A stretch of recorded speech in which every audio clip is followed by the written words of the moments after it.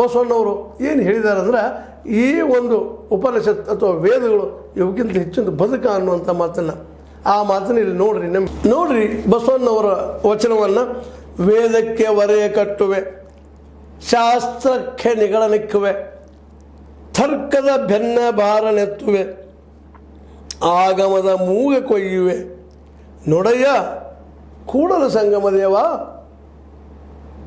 ಮನೆಯ ಮಗನಾನಯ್ಯ.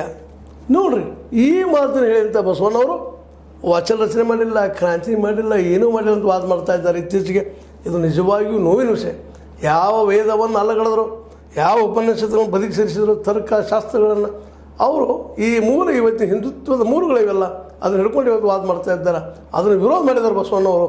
ಅದಕ್ಕೆ ಬಸವಣ್ಣವರು ಕ್ರಾಂತಿನ ಮಾಡಿಲ್ಲ, ಅದು ನಡೆದೇ ಇಲ್ಲ, ಕಲ್ಯಾಣ ಕ್ರಾಂತಿ ಆಗಿಲ್ಲ ಅನ್ನೋಷ್ಟು ಮಟ್ಟಿಗೆ ವಾದ ಮಾಡೋದನ್ನು ಗಮನಿಸಿದಾಗ ಇವ್ರು ಯಾವ ಹಂತಕ್ಕೆ ಹೋಗ್ತಾ ಇದ್ದಾರೆ ಅನ್ನೋದು ಇಲ್ಲೇ ಎದ್ದು ಕಾಣ್ತಾ ಇದೆ ಅಂತ. ಬಸವಣ್ಣವರು ತಮ್ಮ ವಚನಗಳು ಇವತ್ತಿಗೆ ಬಿಟ್ಟಿದ್ದಾರೆ ನಮ್ಮ ನೋಡೋಕ್ಕೆ. ಅವ್ರ ವಚನ ಮೂಲಕ ಅವ್ರು ಏನು ಅನ್ನೋದು ನಮಗೆ ತೋರಿಸ್ಕೊಂಡಿದ್ದಾರೆ. ಹೀಗಾಗಿ ಈ ಎಲ್ಲ ನೆಲೆಯಲ್ಲಿ ಇವತ್ತಿನ ಈ ಒಂದು ಗಂಗೆ ಮಾತ್ರ ಸತ್ಯ ಪವಿತ್ರ ಉಳಿದೆಲ್ಲ ಅಲ್ಲ ಅನ್ನೋಂಥದ್ದು ಮತ್ತು ಈ ಒಂದು ಉನ್ಮಾದತೆಯನ್ನು, ಜಗಳವನ್ನು, ಸಂಘರ್ಷವನ್ನು ಹತ್ತೋದನ್ನು ಧರ್ಮ ಅನ್ನೋ ನೆಲೆಯಲ್ಲಿ ವಾದ ಮಾಡೋದನ್ನು, ಮಾಬ್ ಲಿಂಚಿಂಗನ್ನು ವಾದ ಮಾಡೋದನ್ನು, ದಲಿತ ಚಳವಳಿ ಅಥವಾ ಇನ್ನುಳಿದ ಈ ಒಂದು ರೈತ ಚಳವಳಿಗಳ ಬಗ್ಗೆ ನಿರ್ಲಕ್ಷ್ಯ ತೋರುವಂಥವು ಇವೆಲ್ಲ ಏನು ತೋರಿಸ್ತದಪ್ಪ ಅಂತಂದ್ರೆ ಇವತ್ತಿನ ಸ್ಥಿತಿಗತಿಗಳನ್ನು ಜೊತೆಗೆ ಇವತ್ತಿನ ವ್ಯವಸ್ಥೆ ಯಾವ ರೀತಿ ಬಂದಂತ ಅಂತೇಳಿ ಭಾಳ ಉತ್ತಮವಾದಂಥ ಅದ್ಭುತವಾದ ಚರ್ಚೆಗಳೆಲ್ಲಾಗಿದ್ದಾವೆ.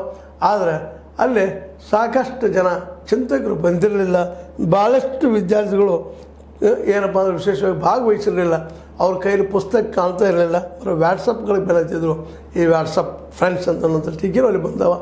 ಏನೂ ಆಗಲಿ ಈ 2 ದಿನಗಳಲ್ಲೇ ಗುಲ್ಬರ್ಗ ಯೂನಿವರ್ಸಿಟಿ ಮಾಡಿದಂಥ ಕೆಲಸ, ಅದರಲ್ಲೂ ಬರಗೂರು ರಾಮಚಂದ್ರಪ್ಪನವರು ಮತ್ತು ನಮ್ಮ ಸಿದ್ದನಗೌಡ ಪಾಟೀಲರು ವ್ಯಕ್ತಪಡಿಸಿದಂಥ ವಿಚಾರಗಳ ಎಲ್ಲ ಕಡೆ ಹೋಗಬೇಕಾಗಿದೆ, ಮುಟ್ಟಬೇಕಾಗಿದೆ.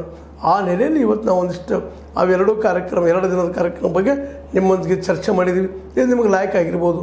ಲೈಕ್ ಆದರೆ ಲೈಕ್ ಮಾಡಿರಿ, ಶೇರ್ ಮಾಡಿರಿ, ಮುಂದೆ ಕಾಮೆಂಟ್ ಮಾಡಿರಿ, ಜೊತೆ ಸಬ್ಸ್ಕ್ರೈಬ್ ಆಗೋದು ನಿಲ್ಲಿಸ್ಲಿಕ್ಕೆ ಹೋಗ್ಬೇಡ್ರಿ. H16 ನ್ಯೂಸ್ ಅರ್ಥಾತ್ ಸೀತಾರಾಮ್ ಇದು ಸತ್ಯದ ಕೈಗನ್ನಡಿ ವಂದನೆಗಳು.